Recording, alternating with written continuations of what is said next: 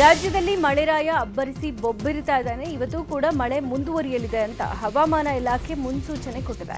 ಬೆಳಗಾವಿ, ಬಾಗಲಕೋಟೆ, ಧಾರವಾಡ, ಗದಗ, ಹಾಸನ, ಮೈಸೂರು, ಬೆಂಗಳೂರು ಗ್ರಾಮಾಂತರ, ಕೋಲಾರ, ಚಿಕ್ಕಬಳ್ಳಾಪುರ ಜಿಲ್ಲೆಗಳಿಗೆ orange alert ಘೋಷಣೆ ಮಾಡಿದೆ. ಉಳಿದಂತೆ 18 ಜಿಲ್ಲೆಗಳಿಗೆ ಯೆಲ್ಲೋ ಅಲರ್ಟ್ ಘೋಷಿಸಲಾಗಿದೆ. ಮೊನ್ನೆ ಬೆಂಗಳೂರಲ್ಲಿ ಸುರಿದ ಭಾರೀ ಮಳೆಗೆ ಹಲವು ಅವಾಂತರ ಸೃಷ್ಟಿಯಾಗಿದೆ. ಹಲವು ಮರಗಳು ಧರೆಗುರುಳಿ ಜನ ಪರದಾಡುವಂತಾಗಿದೆ. ಈ ಮಧ್ಯೆ ಜನರಿಗೆ ಮತ್ತೊಂದು ತಲೆನೋವು ಎದುರಾಗಿದೆ. ರಸ್ತೆ ಮೇಲೆ ಬಿದ್ದಿರೋ ಮರಗಳನ್ನು ತೆರವು ಮಾಡ್ತಾರಂತೆ, ಆದರೆ ಮನೆ ಮೇಲೆ ಬಿದ್ದಿರೋ ಮರಗಳನ್ನು ತೆರವು ಮಾಡೋಕೆ ಅರಣ್ಯ ಇಲಾಖೆ ಅನುಮತಿ ಕೊಡಬೇಕಂತೆ. ಈ ಹಿನ್ನೆಲೆ ಮನೆ ಮೇಲೆ ಬಿದ್ದ ಮರಗಳನ್ನು ತೆರವು ಮಾಡೋಕೆ ಪಾಲಿಕೆ ಹಾಗೂ ಅರಣ್ಯ ಸಿಬ್ಬಂದಿ ಹಿಂದೇಟು ಹಾಕ್ತಿದ್ದಾರಂತೆ. ವಿಜಯನಗರದ 7ನೇ ಮುಖ್ಯ ರಸ್ತೆಯಲ್ಲಿ ಮರದ ರೆಂಬೆ ಮನೆ ಟೆರೆಸ್ ಮೇಲೆ ಬಿದ್ದಿದೆ. ರೆಂಬೆ ಬಿದ್ದು 2 ದಿನ ಆದರೂ ತೆರವು ಮಾತ್ರ ಮಾಡಿಲ್ಲ. ತೆರವು ಮಾಡೋಕೆ ಪ್ರತ್ಯೇಕವಾಗಿ ಅರಣ್ಯ ವಿಭಾಗ ಪರ್ಮಿಷನ್ ಕೊಡಬೇಕು ಅಂತ ಮನೆ ನಿವಾಸಿಗಳು ಬೇಸರ ವ್ಯಕ್ತಪಡಿಸಿದ್ದಾರೆ. ನೀಟ್ 2026ರ ಪ್ರಶ್ನೆ ಪತ್ರಿಕೆ ಸೋರಿಕೆ ಪ್ರಕರಣದಲ್ಲಿ ಮತ್ತೊಬ್ಬ ಪ್ರಮುಖ ಆರೋಪಿಯನ್ನ ಸಿಬಿಐ ಬಂಧಿಸಿದೆ. ಭೌತಶಾಸ್ತ್ರ ಪ್ರಶ್ನೆಗಳ ಸೋರಿಕೆ ಪ್ರಕರಣದಲ್ಲಿ ಮಹಾರಾಷ್ಟ್ರ ಮೂಲದ ಶಿಕ್ಷಕಿ ಮನಿಷಾ ಸಂಜಯ್ ಬಂಧನ ಮಾಡಲಾಗಿದೆ. ಪುಣೆಯ ಕೋಚಿಂಗ್ ಸೆಂಟರ್ ಉಪನ್ಯಾಸಕಿಯಾಗಿದ್ದ ಮನಿಷಾ ಪುಣೆಯ ಸೇತ್ ಹೀರಾಲಾಲ್ ಕಾಲೇಜಿನಲ್ಲಿ ಉಪನ್ಯಾಸಕಿ ಆಗಿದ್ರು. ನೀಟ್ ಪ್ರಶ್ನೆ ಪತ್ರಿಕೆ ತಜ್ಞರ ಸಮಿತಿಯಲ್ಲಿದ್ದ ಮನಿಷಾ ಭೌತಶಾಸ್ತ್ರದ ಪ್ರಶ್ನೆಗಳನ್ನು ಶೇರ್ ಮಾಡಿದ ಆರೋಪ ಎದುರಿಸುತ್ತಿದ್ದಾರೆ. ಆರೋಪಿಯನ್ನು ವಶಕ್ಕೆ ಪಡೆದು ವಿಚಾರಣೆ ನಡೆಸಿದ ಸಿಬಿಐ ಸುದೀರ್ಘ ವಿಚಾರಣೆ ನಡೆಸಿ ಬಳಿಕ ಬಂಧಿಸಿದೆ. ಜಿಬಿಡಿಎ ಯೋಜನೆ ಕುರಿತು ಜೆಡಿಎಸ್ ಕಾಂಗ್ರೆಸ್ ನಡುವೆ ತೀವ್ರ ತಿಕ್ಕಾಟ ನಡೀತಾ ಇದೆ. ಇದೇ ವಿಚಾರವಾಗಿ ಮಾಗಡಿ ಮಾಜಿ ಶಾಸಕ ಎ ಮಂಜು ಬಿಡದಿಯ ತಮ್ಮ ಸ್ವಗೃಹದಲ್ಲಿ ಸುದ್ದಿಗೋಷ್ಠಿ ನಡೆಸಲಿದ್ದಾರೆ. ಕೇಂದ್ರ ಸಚಿವ ಎಚ್ಡಿಕೆ ಕುರಿತು ಡಿಸಿಎಂ ಡಿಕೆಶಿ ಹೇಳಿಕೆ ವಿಚಾರವಾಗಿಯೂ ಕೂಡ ಸುದ್ದಿಗೋಷ್ಠಿಯಲ್ಲಿ ಪ್ರಸ್ತಾಪ ಮಾಡುವ ಸಾಧ್ಯತೆ ಇದೆ. ನ್ಯೂ ಟೌನ್ಶಿಪ್ ಯೋಜನೆಯ ಕುರಿತು ಮಾಹಿತಿ ಕೊಡಲಿದ್ದಾರೆ. ಬಿಜೆಪಿ ರಾಜ್ಯಾಧ್ಯಕ್ಷ ಸ್ಥಾನಕ್ಕಾಗಿ ವಿಜೇಂದ್ರ ಹಾಗೂ ಕೇಂದ್ರ ಸಚಿವ ವಿ ಸೋಮಣ್ಣ ನಡುವೆ ಫೈಟ್ ಶುರುವಾಗಿದೆ. ಅಧ್ಯಕ್ಷ ಸ್ಥಾನವನ್ನು ಬಹುತೇಕ ಲಿಂಗಾಯತರಿಗೆ ಕೊಡೋಕೆ ಹೈಕಮಾಂಡ್ ಒಲವು ತೋರಿಸಿದ್ದು, ಅದಕ್ಕಾಗಿ ವಿಜೇಂದ್ರ ಪ್ರಬಲ ಪೈಪೋಟಿ ನೀಡಲು ಸೋಮಣ್ಣ ಮುಂದಾಗಿದ್ದಾರೆ. ಆದರೆ ಸೋಮಣ್ಣ ಅಧ್ಯಕ್ಷ ಆಗದಂತೆ ಮಾಜಿ ಸಿಎಂ ಯಡಿಯೂರಪ್ಪ ರಣತಂತ್ರ ರೂಪಿಸಿದ್ದು, ನಾಳೆ ರಾಜ್ಯಕ್ಕೆ ಭೇಟಿ ನೀಡುತ್ತಾ ಇರುವ ಬಿಜೆಪಿ ರಾಷ್ಟ್ರೀಯ ಅಧ್ಯಕ್ಷ ನಿತಿನ್ ನಬೀನ್ ಅವರನ್ನ ಭೇಟಿಯಾಗಿ ಅಧ್ಯಕ್ಷ ಸ್ಥಾನಕ್ಕೆ ಹೆಸರನ್ನ ಸೂಚನೆ ಮಾಡೋದಕ್ಕೆ ನಿರ್ಧಾರ ಮಾಡಿದ್ದಾರೆ. ಬಾಗಲಕೋಟೆ ಜಿಲ್ಲೆಯ ಹುನಗುಂದ ತಾಲೂಕಿನ ಇಬ್ಬರ್ಗಿ ಗ್ರಾಮದ ಮುಳುಗಡೆ ಸಂತ್ರಸ್ತರ ಹೋರಾಟಕ್ಕೆ ಸರ್ಕಾರ ಮತ್ತು ಜನಪ್ರತಿನಿಧಿಗಳು ಕಿವಿ ಕೊಡ್ತಾ ಇಲ್ಲ. 20 ವರ್ಷಗಳಿಂದ ತಗಡಿನ ಶೆಡ್ನಲ್ಲಿ ವಾಸ ಮಾಡ್ತಾ ಇರೋ ಕುಟುಂಬಗಳ ಕಷ್ಟ ಆಲಿಸ್ತಿಲ್ಲ. ಮಲಪ್ರಭಾ ನದಿ ಪ್ರವಾಹ ಹಾಗೂ ಬಸವಸಾಗರ ಜಲಾಶಯ ಹಿನ್ನೀರಿನಿಂದ ಈ ಕುಟುಂಬಗಳು 2007ರಿಂದ ಇಲ್ಲಿಯವರೆಗೆ ಶಾಶ್ವತ ಸೂರಿಲ್ಲದೆ ಪರದಾಡ್ತಾ ಇವೆ. ಸರ್ಕಾರ ಜಾಗ ಕೊಟ್ಟು ಕೈ ತೊಳ್ಕೊಂಡಿದೆ. ವಿದ್ಯುತ್, ಕುಡಿಯುವ ನೀರು ಸೇರಿದಂತೆ ಮೂಲಭೂತ ಸೌಲಭ್ಯಗಳೇ ಇಲ್ಲದ ಶೆಡ್ಗಳಲ್ಲಿ 20 ವರ್ಷಗಳಿಂದ ವಾಸ ಮಾಡ್ತಾ ಇದ್ದಾರೆ. ಸಂತ್ರಸ್ತರು ಮೂಲ ಸೌಕರ್ಯ ಕಲ್ಪಿಸಿ ಅಂತ ಸರ್ಕಾರಕ್ಕೆ ಒತ್ತಾಯಿಸಿ 15 ದಿನಗಳಿಂದ ಹೋರಾಟ ಮಾಡ್ತಿದ್ದಾರೆ. ಶಿವಮೊಗ್ಗದ ಚಂದ್ರಗುತ್ತಿ ಆಸ್ಪತ್ರೆ ಕಟ್ಟಡ ಸಿದ್ಧವಾಗಿ 3 ವರ್ಷ ಕಳೆದರೂ ಇನ್ನೂ ಉದ್ಘಾಟನೆ ಭಾಗ್ಯ ಸಿಕ್ಕಿಲ್ಲ. ಮಾಜಿ ಸಚಿವ ಕುಮಾರ್ ಬಂಗಾರಪ್ಪ ಅವಧಿಯಲ್ಲಿ ಹಣ ಬಿಡುಗಡೆಗೊಂಡು ಶಂಕುಸ್ಥಾಪನೆ ನೆರವೇರಿಸಲಾಗಿತ್ತು. ಕಟ್ಟಡ ಪೂರ್ಣಗೊಂಡು 3 ವರ್ಷ ಕಳೆದರೂ ವೈದ್ಯರು ಹಾಗೂ ಸಿಬ್ಬಂದಿ ಯಾರೂ ಇಲ್ಲ. ಆಸ್ಪತ್ರೆ ಮುಂಭಾಗ ಗಿಡಗಂಟಿಗಳು ಬೆಳೆದು ಹಾವು ಹಾಗೂ ಇತರೆ ಪ್ರಾಣಿಗಳಿಗೆ ವಾಸಸ್ಥಾನ ಆಗಿ ಮಾರ್ಪಾಟಾಗಿದೆ. ಹೊಸ ಕಟ್ಟಡ ನಿರ್ವಹಣೆ ಇಲ್ಲದೆ ಶಿಥಿಲಾವಸ್ಥೆಗೆ ತಲುಪಿದೆ. ಈಗ ಜಿಲ್ಲಾ ಉಸ್ತುವಾರಿ ಸಚಿವ ಎಸ್ ಮಧು ಬಂಗಾರಪ್ಪ ತವರು ಕ್ಷೇತ್ರದಲ್ಲೇ ಆಧುನಿಕ ಆಸ್ಪತ್ರೆ ಕಟ್ಟಡ ಉದ್ಘಾಟನೆಗೊಳ್ಳದೆ ಮರುಗ್ತಾ ಇದೆ. ಉದ್ಘಾಟನೆ ವಿಚಾರದಲ್ಲೂ ಅಣ್ಣ ತಮ್ಮಂದಿರ ಸವಾಲು ಎದುರಾಗಿದ್ದು ಆಸ್ಪತ್ರೆ ಮೂಲೆ ಗುಂಪಾಗಿದೆ. ಬೆಳಗಾವಿಯಲ್ಲಿ ಶಿವಾನಂದ ನೀಲಣ್ಣನವರ್ ವಿರುದ್ಧ ಬಹುಕೋಟಿ ಹಣ ವಂಚನೆ ಆರೋಪ ಪ್ರಕರಣ ದಿನಕ್ಕೊಂದು ತಿರುವು ಪಡ್ಕೊಳ್ತಾ ಇದೆ. ವಂಚನೆ ಕೇಸಲ್ಲಿ ಕರವೇ ಜಿಲ್ಲಾಧ್ಯಕ್ಷನ ಹೆಸರು ತಳಕು ಹಾಕೊಂಡಿದ್ದು, ಅಭಿಲಾಷ್ಗೆ ಸಿಐಡಿ ನೋಟಿಸ್ ಕೊಟ್ಟಿದೆ. ಕರವೇ ಜಿಲ್ಲಾಧ್ಯಕ್ಷ ಅಭಿಲಾಷ್ ಬೆಳಗಾವಿ ಕನ್ನಡ ಹಬ್ಬ ಸಕ್ಸಸ್ ಆದ ಹಿನ್ನೆಲೆ ನೀಲಣ್ಣನವರ್ ಕಡೆಯಿಂದ 1.5 ಕೋಟಿ ರೂಪಾಯಿ ಮೌಲ್ಯದ ಐಷಾರಾಮಿ ಕಾರನ್ನ ಗಿಫ್ಟ್ ಪಡ್ಕೊಂಡಿದ್ರು. ಅಲ್ಲದೆ ಅಭಿಲಾಷ್ ಪ್ರಮುಖ ಪಾತ್ರದಲ್ಲಿ ನಟಿಸ್ತಾ ಇರೋ ಸಿನಿಮಾಗೂ ಹೂಡಿಕೆ ಮಾಡಿದ್ರು. ಕಾರು ಖರೀದಿ ಹಾಗೂ ಸಿನಿಮಾಗೆ ಹೂಡಿಕೆ ಹಣ ಕೊಟ್ಟಿರೋದಾಗಿ ಶಿವಾನಂದ ಕೂಡ ಹೇಳ್ಕೊಂಡಿದ್ದಾರೆ. ಇದೀಗ ಕರವೇ ಜಿಲ್ಲಾಧ್ಯಕ್ಷ ಅಭಿಲಾಷ್ಗೆ ನೋಟಿಸ್ ಸಿಕ್ಕಿದ್ದು, ವಿಚಾರಣೆಗೆ ಗೈರಾದ್ರೆ ಬಂಧಿಸೋಕೆ ಸಿಐಡಿ ಅಧಿಕಾರಿಗಳು ಸಿದ್ಧರಾಗಿದ್ದಾರೆ. ಚಿತ್ರದುರ್ಗದ ರೇಣುಕಾಸ್ವಾಮಿ ಕೊಲೆ ಪ್ರಕರಣ ಸಂಬಂಧ ಸುಪ್ರೀಂ ಕೋರ್ಟ್ ಆದೇಶ ಪ್ರತಿ ಸೆಷನ್ಸ್ ಕೋರ್ಟ್ ತಲುಪಿದೆ. ದರ್ಶನ್ ಜಾಮೀನು ವಿಚಾರಣೆ ವೇಳೆ ಸುಪ್ರೀಂ ಕೋರ್ಟ್ ಮಹತ್ವದ ಆದೇಶ ಹೊರಡಿಸಿತ್ತು. 1 ವರ್ಷದೊಳಗೆ ಟ್ರಯಲ್ ಮುಗಿಸುವಂತೆ ಸೂಚಿಸಿತ್ತು. ಇದೀಗ ಸಾಕ್ಷಿಗಳನ್ನು ಮತ್ತೆ ವಿಚಾರಣೆ ನಡೆಸದಂತೆ ಹಾಗೂ ಪ್ರತಿದಿನ ವಿಚಾರಣೆ ನಡೆಸೋಕೆ ನಿರ್ದೇಶನ ಕೊಟ್ಟಿದೆ. 1 ವರ್ಷದೊಳಗೆ ವಿಚಾರಣೆ ಪೂರ್ಣಗೊಳ್ಳದೇ ಇದ್ದರೆ ಜಾಮೀನಿಗೆ ಪರಿಗಣಿಸುವ ಬಗ್ಗೆ ಸುಪ್ರೀಂ ಕೋರ್ಟ್ ತಿಳಿಸಿದೆ. ಆದೇಶ ಪ್ರತಿಯನ್ನು ವಕೀಲರು ಸಲ್ಲಿಸಿದ್ದಾರೆ. ಬೆಂಗಳೂರಲ್ಲಿ ನಮ್ಮ ಕ್ಲಿನಿಕ್ಗಳಿಗೆ ಅನುದಾನವಿಲ್ಲದೆ ಅವ್ಯವಸ್ಥೆಗೆ ತಲುಪಿತ್ತು. ಬಡ ಮಧ್ಯಮ ವರ್ಗದವರ ಉಪಯೋಗಕ್ಕೆ ಅಂತ ನಮ್ಮ ಕ್ಲಿನಿಕ್ ಓಪನ್ ಆಗಿತ್ತು. ಈ ಬಗ್ಗೆ ನಿಮ್ಮ ನ್ಯೂಸ್ 18 ನಿರಂತರವಾಗಿ ಸುದ್ದಿ ಬಿತ್ತರಿಸಿತ್ತು. ವರದಿ ಪ್ರಸಾರವಾದ ಬೆನ್ನಲ್ಲೇ ಸರ್ಕಾರ ಅನುದಾನ ಬಿಡುಗಡೆಗೆ ಗ್ರೀನ್ ಸಿಗ್ನಲ್ ಕೊಟ್ಟಿದೆ. ಸರ್ಕಾರ ಕ್ಯಾಬಿನೆಟ್ನಲ್ಲಿ ಚರ್ಚೆ ಮಾಡಿ ಬರೋಬ್ಬರಿ 22 ಕೋಟಿ ಬಿಡುಗಡೆ ಮಾಡಿದೆ. ಕೇವಲ ನಮ್ಮ ಕ್ಲಿನಿಕ್ ಅಲ್ಲದೆ ನಗರದ ಪ್ರಾಥಮಿಕ ಆರೋಗ್ಯ ಕೇಂದ್ರಗಳು, ಸಮುದಾಯ ಆರೋಗ್ಯ ಕೇಂದ್ರಗಳಿಗೆ ಆದ್ಯತೆ ಕೊಟ್ಟಿದೆ. ಚಿಕ್ಕಮಗಳೂರಲ್ಲಿ ಸಿಟಿ ರವಿ ರಸ್ತೆ ಕಾಮಗಾರಿ ವೀಕ್ಷಣೆ ವೇಳೆ ಕಾಂಗ್ರೆಸ್ ಹಾಗೂ ಬಿಜೆಪಿ ಕಾರ್ಯಕರ್ತರ ನಡುವಿನ ಗಲಾಟೆ ದಿನಕ್ಕೊಂದು ಪ್ರಕರಣ ಪಡ್ಕೊಳ್ತಾ ಇದೆ. ಬಿಜೆಪಿ ಯುವ ಮೋರ್ಚಾ ಜಿಲ್ಲಾಧ್ಯಕ್ಷ ಸಂತೋಷ್ ಕೋಟ್ಯಾನ್ ಕೋಮು ಪ್ರಚೋದನೆ ಭಾಷೆ ಬಳಕೆ ಆರೋಪ ಕೇಳಿಬಂದಿದೆ. ಮುಸ್ಲಿಂ ಸಮುದಾಯದ ಬಗ್ಗೆ ಅಶ್ಲೀಲ ಪದ ಬಳಕೆ ಮಾಡಿದ ಆರೋಪದ ಮೇಲೆ ಮುಸ್ಲಿಂ ಮುಖಂಡರು ಚಿಕ್ಕಮಗಳೂರು ಎಸ್ಪಿ ಸೇರಿದಂತೆ ನಗರ ಠಾಣೆಗೆ ದೂರು ಸಲ್ಲಿಸಿದ್ದಾರೆ.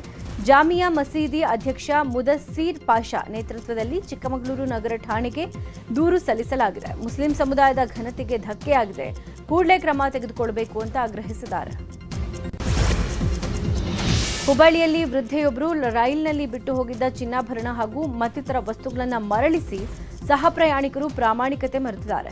ಸಂಬಂಧಿಕರ ಮದುವೆ ಮುಗಿಸಿಕೊಂಡು ಬೆಂಗಳೂರಿನ ಯಶವಂತಪುರ ರೈಲ್ವೆ ನಿಲ್ದಾಣದಲ್ಲಿ ಇಳಿಯುವಾಗ ಚಿನ್ನಾಭರಣ ಇದ್ದ ಪರ್ಸ್ ಅನ್ನು ಬಿಟ್ಟು ಹೋಗಿದ್ರು. ಸುಮಾರು 5 ಲಕ್ಷ ರೂಪಾಯಿ ಮೌಲ್ಯದ 30 ಗ್ರಾಂ ಚಿನ್ನಾಭರಣ ಹಾಗೂ 20,000 ರೂಪಾಯಿ ಮೌಲ್ಯದ ಔಷಧಿಗಳಿದ್ದ ಪರ್ಸ್ ಬಿಟ್ಟು ಹೋಗಿದ್ರು. ಅದನ್ನು ಗಮನಿಸಿದ ಸಹ ಪ್ರಯಾಣಿಕರೊಬ್ಬರು ನೈಋತ್ಯ ರೈಲ್ವೆ ಸಿಬ್ಬಂದಿಗೆ ಮರಳಿಸಿದ್ದಾರೆ. ನಂತರ ವೃದ್ಧೆಯನ್ನ ಪತ್ತೆ ಹಚ್ಚಿದ ರೈಲ್ವೆ ಸಿಬ್ಬಂದಿ ಚಿನ್ನಾಭರಣ ಮತ್ತು ಔಷಧಿ ಇದ್ದ ಬ್ಯಾಗ್ ಅನ್ನು ಹಸ್ತಾಂತರಿಸಿದ್ದಾರೆ. ಕೊಪ್ಪಳದಲ್ಲಿ ಅಳವಂಡಿ ಬೆಟಗೇರಿ ಏತ ನೀರಾವರಿ ಯೋಜನೆಗಾಗಿ ಪೈಪ್ಲೈನ್ ಮಾಡಲಾಗ್ತಾ ಇದೆ. ಆದರೆ ನೀರಾವರಿ ಇಲಾಖೆಯವರು ಯೋಜನೆಗಾಗಿ ತಯಾರಿಸಿದ ಪೈಪ್ಲೈನ್ ಮಾರ್ಗ ರೈತರನ್ನ ಸಂಕಷ್ಟಕ್ಕೆ ಸಿಲುಕಿಸಿದೆ. ರೈತರ ಹೊಲಗಳ ಮಧ್ಯೆ ಪೈಪ್ಲೈನ್ ಕಾಲುವೆ ಹಾದು ಹೋಗ್ತಾ ಇದೆ. ಕೊಪ್ಪಳ ತಾಲೂಕಿನ ಬೆಟಗೇರಿಯಲ್ಲಿ ಮಾರ್ಗ ಬದಲಾವಣೆ ಮಾಡಲಾಗಿದೆ. ಇದರಿಂದಾಗಿ ರೈತನ ಕೃಷಿ ಭೂಮಿ ಹಾಳಾಗ್ತಾ ಇದೆ.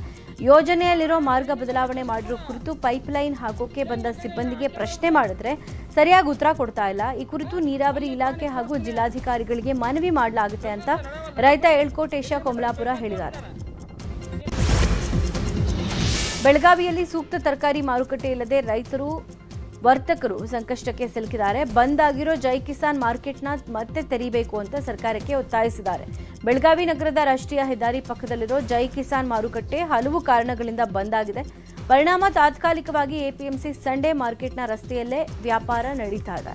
ಇಲ್ಲಿ ನೀರು, ಶೌಚಾಲಯ, ಶೆಡ್, ವಿದ್ಯುತ್ ಸೌಲಭ್ಯ ಏನೂ ಇಲ್ಲ ಅಂತ ಎಪಿಎಂಸಿ ಅಧಿಕಾರಿಗಳ ವಿರುದ್ಧ ವರ್ತಕರು ಆಕ್ರೋಶ ವ್ಯಕ್ತಪಡಿಸಿದ್ದಾರೆ.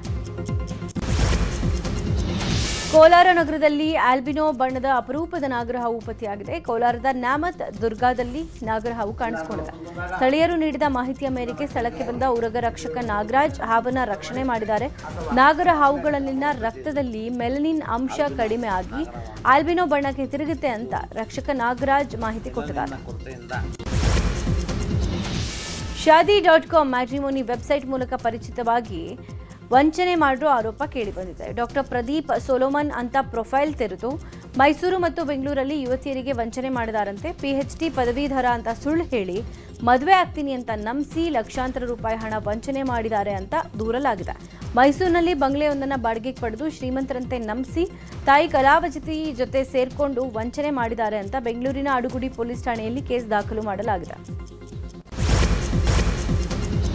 ಬಾಗಲಕೋಟೆಯಲ್ಲಿ ಅಕ್ರಮವಾಗಿ ಪಡಿತರ ಅಕ್ಕಿಯನ್ನು ದಾಸ್ತಾನು ಕೇಂದ್ರದ ಮೇಲೆ ತಹಶೀಲ್ದಾರ್ ದಾಳಿ ಮಾಡಿದ್ದಾರೆ. ಮುಧೋಳ ನಗರದ ಬಸ್ ನಿಲ್ದಾಣದ ಪಕ್ಕದಲ್ಲಿ ಅಕ್ರಮವಾಗಿ ಅಕ್ಕಿಯನ್ನು ಸಂಗ್ರಹಿಸಿಡಲಾಗಿತ್ತು. ಪಡಿತರ ಅಕ್ಕಿ ಬಗ್ಗೆ ಖಚಿತ ಮಾಹಿತಿ ಸಿಕ್ಕಿದ್ದು ತಕ್ಷಣ ಮುಧೋಳ ತಹಶೀಲ್ದಾರ್ ಚಿಕ್ಕಪ್ಪ ನಾಯಕ್ ನೇತೃತ್ವದಲ್ಲಿ ದಾಳಿ ನಡೆಸಿದ್ದು, ದಾಳಿ ವೇಳೆ 114 ಚೀಲಗಳಲ್ಲಿ ತುಂಬಿದ ಸುಮಾರು 55-60 ಕ್ವಿಂಟಾಲ್ ಪಡಿತರ ಅಕ್ಕಿ ಜಪ್ತಿ ಮಾಡಿದ್ದಾರೆ. ಈ ಬಗ್ಗೆ ಮುಧೋಳ ಠಾಣೆಯಲ್ಲಿ ದೂರು ದಾಖಲಾಗಿದ್ದು, ಅಕ್ರಮ ಪಡಿತರ ಅಕ್ಕಿ ದಾಸ್ತಾನು ಸಂಗ್ರಹಿಸಿಟ್ಟವರು ಯಾರು ಅನ್ನೋ ಬಗ್ಗೆ ತನಿಖೆ ಮುಂದುವರೆದಿದೆ. ವಿಜಯಪುರದಲ್ಲಿ ಸರ್ಕಾರಿ ಮಹಿಳಾ ಕಾಲೇಜಿನ ನೂತನ ಕಟ್ಟಡವನ್ನು ಶಾಸಕ ಬಸನಗೌಡ ಪಾಟೀಲ್ ಯತ್ನಾಳ್ ಉದ್ಘಾಟಿಸಿದ್ದಾರೆ. ವಿಜಯಪುರ ನಗರ ಶಾಸಕ ಬಸನಗೌಡ ಪಾಟೀಲ್ ಯತ್ನಾಳ್ ನೇತೃತ್ವದಲ್ಲಿ ನಡೆದ ಕಾರ್ಯಕ್ರಮದಲ್ಲಿ ಕಾಲೇಜು ಶಿಕ್ಷಣ ಇಲಾಖೆ ಅಧಿಕಾರಿಗಳು, ಶಿಕ್ಷಕರು ಭಾಗಿಯಾಗಿದ್ದರು. ಕಟ್ಟಡ ಉದ್ಘಾಟನೆ ಮಾಡಿದ ಶಾಸಕ ಯತ್ನಾಳ್ ಜೊತೆಗೆ ವಿದ್ಯಾರ್ಥಿನಿಯರು ಫೋಟೋಗೆ ಪೋಸ್ ಕೊಟ್ಟಿದ್ದಾರೆ. ಚಿಕ್ಕಬಳ್ಳಾಪುರ ಜಿಲ್ಲೆ ಚಿಂತಾಮಣಿ ತಾಲೂಕಿನ ಕೆಂಪದೇನಹಳ್ಳಿಯಲ್ಲಿ ದಲಿತರಿಗೆ ಅನ್ಯಾಯ ಮಾಡಲಾಗಿದೆ ಅಂತ ಆರೋಪ ಕೇಳಿಬಂದಿದೆ. ಈ ಬಗ್ಗೆ ಸರ್ಕಾರಿ ಅಧಿಕಾರಿಗಳ ವಿರುದ್ಧ ಪ್ರತಿಭಟನೆಯನ್ನು ನಡೆಸಲಾಗಿದೆ. ಗ್ರಾಮದ ಸರ್ವೆ ನಂಬರ್ 85ರಲ್ಲಿದ್ದ 56 ಎಕರೆ ಸರ್ಕಾರಿ ಜಮೀನಲ್ಲಿ ಬಲಾಢ್ಯರು ಮನೆ ನಿರ್ಮಿಸಿಕೊಂಡಿದ್ದಾರೆ. ಚಿಮುಲ್ ನಿರ್ದೇಶಕ ಅವಲುಪ್ಪ ಅನ್ನುವರು ದಲಿತರಿಗೆ ಬೆದರಿಕೆ ಹಾಕ್ತಿದ್ದಾರೆ. ಈ ಜಾಗದಲ್ಲಿ ತಮ್ಮ ಭಾವ ಮೈದುನನಿಗೆ ಮನೆ ನಿರ್ಮಿಸಿಕೊಟ್ಟಿದ್ದಾರೆ ಅಂತ ಗ್ರಾಮಸ್ಥರು ಆಗ್ರಹಿಸಿದ್ದಾರೆ. ಇನ್ನು ಸವರ್ಣೀಯರ ಮನೆ ನಿರ್ಮಾಣಕ್ಕೆ ಸಹಕರಿಸಿದ ಅಧಿಕಾರಿಗಳು ದಲಿತರು ಮನೆ ಕಟ್ಟುವಾಗ ತಾರತಮ್ಯ ಮಾಡಿದ್ದಾರೆ ಅಂತ ಆಕ್ರೋಶ ವ್ಯಕ್ತಪಡಿಸಿದ್ರು. ಈ ಹಿನ್ನೆಲೆ ಸ್ಥಳದಲ್ಲಿ ದಲಿತರು ಮತ್ತು ಅಧಿಕಾರಿಗಳ ನಡುವೆ ತೀವ್ರ ವಾಗ್ವಾದ ನಡೆದಿದ್ದು, ಚಿಂತಾಮಣಿ ಗ್ರಾಮಾಂತರ ಪೊಲೀಸ್ ಠಾಣೆ ಭೇಟಿ ನೀಡಿ ಪರಿಸ್ಥಿತಿಯನ್ನು ನಿಯಂತ್ರಣ ಮಾಡಿದ್ದಾರೆ. ಅಮೆರಿಕದ ರಾಷ್ಟ್ರೀಯ ಗುಪ್ತಚರ ನಿರ್ದೇಶಕಿ ತುಳಸಿ ಗಬ್ಬಾರ್ಡ್ ರಾಜೀನಾಮೆ ಸಲ್ಲಿಸಿದ್ದಾರೆ. ಪತಿಯ ಆರೋಗ್ಯ ಸಮಸ್ಯೆ ಕಾರಣ ತುಳಸಿ ಗಬ್ಬಾರ್ಡ್ ತಮ್ಮ ಹುದ್ದೆಗೆ ರಾಜೀನಾಮೆ ಸಲ್ಲಿಕೆ ಮಾಡಿದ್ದಾರೆ. ಪತಿ ಅಬ್ರಹಾಂಗೆ ಅಪರೂಪದ ಕ್ಯಾನ್ಸರ್ ಪತ್ತೆಯಾಗಿದೆ. ಪತಿಯ ಆರೈಕೆಗೆ ಸಮಯ ಕೊಡಬೇಕು, ಹೀಗಾಗಿ ರಾಜೀನಾಮೆ ಸಲ್ಲಿಕೆ ಮಾಡಿದ್ದಾರಂತೆ. ಇರಾನ್ನ ಜೊತೆಗಿನ ಸಂಘರ್ಷದ ನಡುವೆ ಅಮೆರಿಕ ಅಧ್ಯಕ್ಷ ಡೊನಾಲ್ಡ್ ಟ್ರಂಪ್ ಅವರ ಗುಪ್ತಚರ ನಿರ್ದೇಶಕಿ ತುಳಸಿ ರಿಸೈನ್ ಮಾಡಿದ್ದು, ಜೂನ್ 30ರಂದು ಹುದ್ದೆಯಿಂದ ಕೆಳಗಿಳಿಯಲಿದ್ದಾರೆ. 2025ರ ಫೆಬ್ರವರಿಯಲ್ಲಿ ಅಧಿಕಾರವನ್ನು ಸ್ವೀಕರಿಸಿದರು.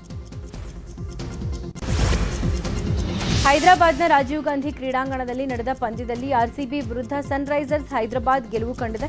ಮೊದಲು ಬ್ಯಾಟಿಂಗ್ ಮಾಡಿದ ಸನ್ರೈಸರ್ಸ್ 256 ರನ್ ಟಾರ್ಗೆಟ್ ಕೊಟ್ಟಿತ್ತು.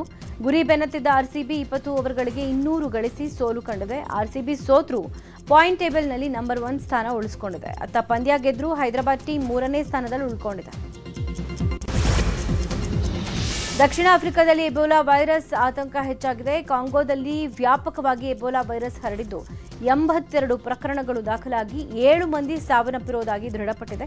ಇನ್ನು 750 ಎಬೋಲಾ ಶಂಕಿತ ಪ್ರಕರಣಗಳಾಗಿದ್ದರೆ 177 ಶಂಕಿತರ ಸಾವಾಗಿದೆ. ಹೀಗಾಗಿ ಪರಿಸ್ಥಿತಿ ತೀವ್ರ ಅಪಾಯಕಾರಿಯಾಗಿದೆ ಅಂತ WHO ಘೋಷಣೆ ಮಾಡಿದೆ.